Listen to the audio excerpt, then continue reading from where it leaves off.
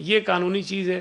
ہم نے اس قانون کو بھی دیکھنا ہے، اور اگر ہم نے یہ کوئی فیصلہ کرنا ہے اس قانون سے ہٹ کر تو ہمیں اس قانون کے اندر ترمیم کرنی پڑے گی، کوئی ون ٹائم ترمیم کرنی پڑے گی، اس کے لیے کوئی ہمیں آرڈیننس لانا پڑے گا تاکہ کوئی ہم راستہ تلاش کریں، تاکہ اگر ان بچوں کو ہم آگے لے کے جانا چاہتے ہیں تو ان کے راستے میں کوئی قانونی رکاوٹ نہ آئے۔ یہ ایک بنیادی چیز ہے۔ دوسرا، ہم نے جو مختلف ہمارے امتحانی بورڈز ہیں صوبہ سندھ کے، ان کے تمام چیئرمینس کو یہ کہا ہے، اور آغا خان بورڈ کے چیئرمین کو کہا ہے کہ وہ بیٹھ جائیں گے، آج ہی شاید وہ کوئی اپنی میٹنگ کریں گے جس میں سیکرٹری اسکولز بھی ہوں گے، سیکرٹری کالجز بھی ہوں گے، اور سیکرٹری یونیورسٹیز اینڈ بورڈز بھی ہوں گے۔ یہ تمام لوگ بیٹھیں گے، اور جو اس کے اندر کمپلیکیشنز آ رہی ہیں، جو مشکلات آ رہی ہیں، جس کا سامنا شاید فیڈرل گورنمنٹ کو بھی کرنا پڑ رہا ہے، جس کی وجہ سے وہ آج دوبارہ اس کو ریویو کر رہے ہیں چیزوں کو، ان تمام ایشوز کو دیکھیں اور ان کا کوئی ایک اس طرح کا حل نکالیں جس سے ہمیں کوئی مشکل نہ ہو اور بچوں کو بھی مشکل نہ ہو، اور بچوں کو چونکہ آگے جا کے پروفیشنل کالجز میں، یونیورسٹیز میں ایڈمیشنز لینے ہوتے ہیں، تو اس کے لیے بہت ساری چیزیں ہوتی ہیں جس کی ریکوائرمنٹ ہوتی ہے، اور اگر ہم آنکھ بند کر کے صرف یہ اعلان کر دیں کہ جن کو اگلی جماعتوں میں بھیج رہے ہیں تو اس سے مشکلات پیدا ہوں گی، ان بچوں کے لیے بھی ہوں گی، اور ان کے جو داخلے ہوں گے اگلی یونیورسٹیز میں، کالج میں، اس میں بھی مشکلات پیدا ہوں گی۔ تو اس لیے ہم نے فی الوقت یہ اعلان نہیں کیا ہے۔ ہم نے یہ جو کمیٹی کانسٹیٹیوٹ کی ہے، یہ اپنی رپورٹ کل تک ہمیں دے دے گی، اور کل نہیں بلکہ پرسوں وفاقی حکومت نے، وفاقی وزیر صاحب نے بھی ایک میٹنگ رکھی ہے اسی حوالے سے، تو جو ہماری اس کمیٹی کی رپورٹ آئے گی اس کی روشنی میں ہم صوبہ سندھ کے حکومت کا جو فیصلہ ہے اس سے وفاقی حکومت کو ہم آگاہ کریں گے کہ ہم نے کیا چیزیں سوچی ہیں، اور ہماری کوشش صرف یہ ہے کہ یہ چیزیں اتنی سیدھی نہیں ہیں کہ میں بیٹھ کے یہاں اعلان کر دوں کہ تمام کے تمام بچے جو ہیں وہ اگلی جماعتوں میں چلے گئے ہیں۔ ہمیں پتہ ہے کہ بچوں کے لیے بھی مشکلات ہیں، ان کے پیرنٹس کے ساتھ بھی پریشانی ہے، لیکن ہم جلد بازی میں کوئی ایسا کام نہیں کرنا چاہتے ہیں جو بجائے اس کے کہ مسائل کو حل کرنے کے لیے آگے جا کے مسائل کو پیدا کرے۔ اس میں بہت سارے سوالات اٹھے تھے جب فیڈرل گورنمنٹ نے یہ اعلان کیا کہ ہم تمام بچوں کو پروموٹ کر رہے ہیں، بہت سارے سوالات ہیں، ہمارے پاس بہت ساری کوئریز آئیں کہ جی اس بچے نے تو یہ کیا ہوا ہے، وہ کیسے ہوگا، اس بچے کا یہ پرابلم ہے، وہ کیسے ہوگا۔ تو ان تمام سوالات کے جوابات تلاش کرنے کے لیے ہم نے ایک کمیٹی بنائی ہے تاکہ سارے مسائل ہم اچھے طریقے سے حل کر لیں۔ اس کے ساتھ ساتھ ایک اور چیز ہے جو میں سمجھتا ہوں کہ بہت ضروری ہو گئی ہے کہ یہ کرونا کے مسئلے سے کب ہماری جان چھوٹے گی ابھی تک ہمیں کچھ نہیں پتا۔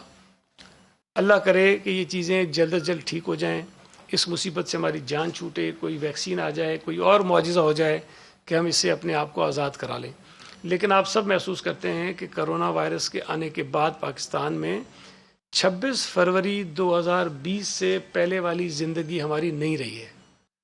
ہماری زندگیاں بدل گئی ہیں۔ ہمیں اپنا پورا لائف سٹائل چینج کرنا ہے، ہم نے اپنی بدلتے ہوئے حالات میں اپنے آپ کو سروائیو کرنے کے لیے اپنی جو عادات ہیں، اپنے جو رویے ہیں، ان کو چینج کرنا ہے۔ اسی طرح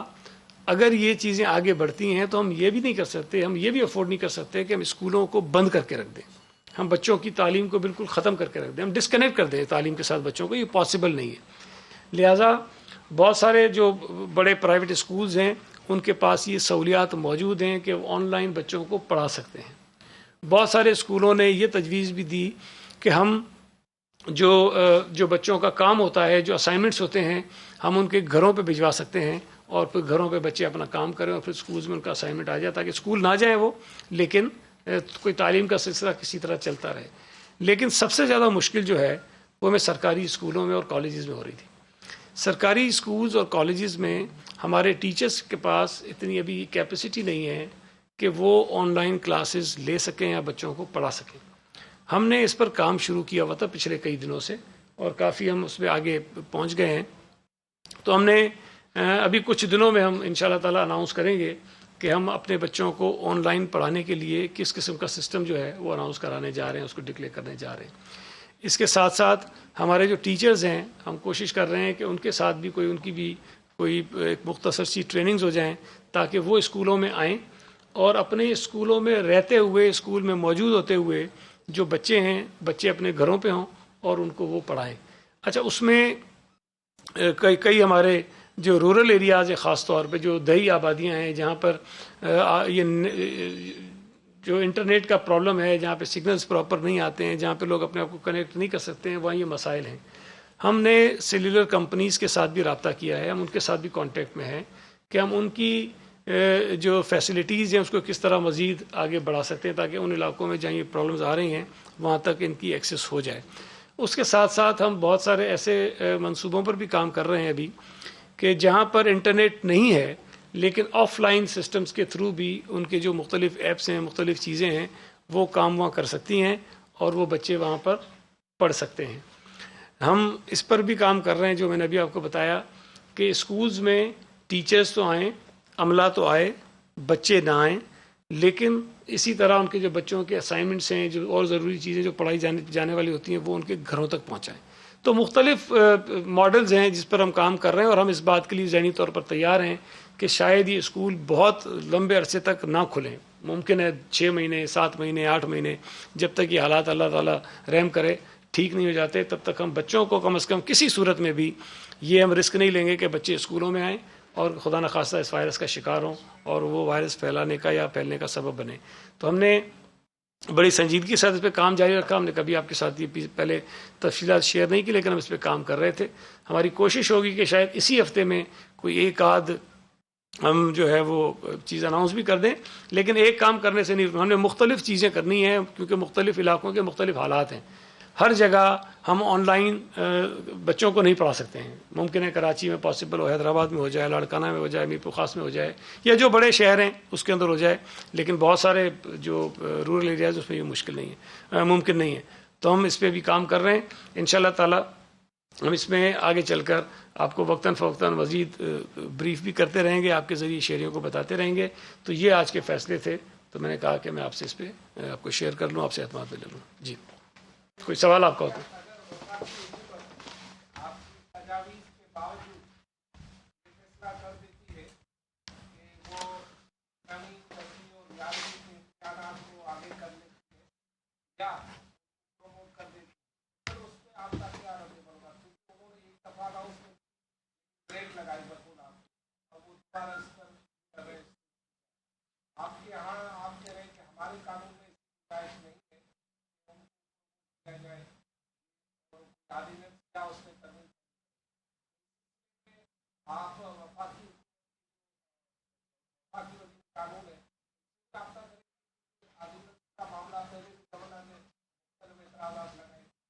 دیکھیں، ایک تو ہماری بھی خواہش یہ ہے کہ پورے پاکستان میں ایک ہی طرح کا کوئی ہم نظام جو ہے وہ لے کر آئیں اور کوئی کنفیوژن نہ ہو، کسی صوبے میں مختلف چیز نہ ہو۔ لیکن آپ کو یاد ہے کہ پچھلی مرتبہ بھی باقی صوبے فیصلے کرنے میں ڈیلے کر رہے تھے، لیکن ہم نے کر لیا تھا اور پھر باقی تمام صوبوں نے اس کو فالو کیا۔ اچھا، یہ جو قانون ہے جس میں ہمیشہ ترمیم کرنی پڑے وہ صوبائی قانون ہے، وفاقی قانون نہیں ہے۔ تو ہمیں آرڈیننس جو کرنا ہوگا ہمیں یہاں سندھ میں کرنا ہوگا، اور میرا خیال ہے، میں کنفرم تو نہیں ہوں لیکن میرا خیال ہے کہ شاید باقی صوبوں میں بھی جو قوانین ہوں گے اس کے اندر یہ پرابلم ہوگا ضرور، کیونکہ یہ تو کبھی تصور ہی نہیں تھا نا کہ 9ویں 10ویں 11ویں 12ویں کے بچوں کو بغیر ایگزامس کے جو ہے وہ پاس کر دیں گے، کوئی تصور ہی نہیں ہے۔ تو اگر ایسی نئی چیز آنی ہے تو آپ کو قانون کے اندر ترمیم کرنی ہے۔ ہماری کوشش یہی ہے کہ ہم وفاقی حکومت کے ساتھ رابطے میں تو رہتے ہی ہیں لیکن ایک جیسا فیصلہ ہو، لیکن اگر ایک چیز وہاں سے اناؤنس ہو جاتی ہے ہماری مشاورت کے بغیر تو ہمیں کم از کم اس کو دیکھنا تو ہے کہ یہ قابل عمل ہے کہ نہیں ہے۔ تو وہی ہم نے اس کام میں بھی کیا اور ہمیں اندازہ ہوا کہ نہیں، وہ اس طرح سے قابل عمل نہیں ہے۔ تو اب اس کو قابل عمل بنانے کے لیے جو اقدامات ضروری ہیں وہ ہم کر رہے ہیں۔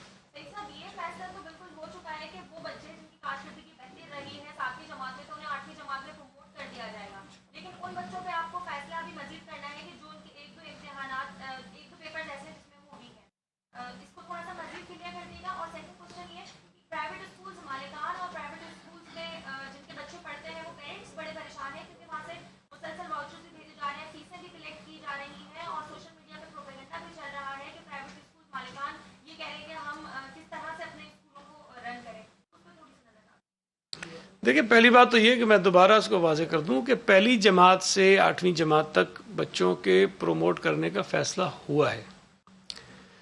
میں نے آپ سے عرض کی کہ ان بچوں کو پروموٹ صرف یہ تو نہیں کر دینا کہ پاس کر دیا، مطلب ایک لفظ تو نہیں دکھیں گے وہ،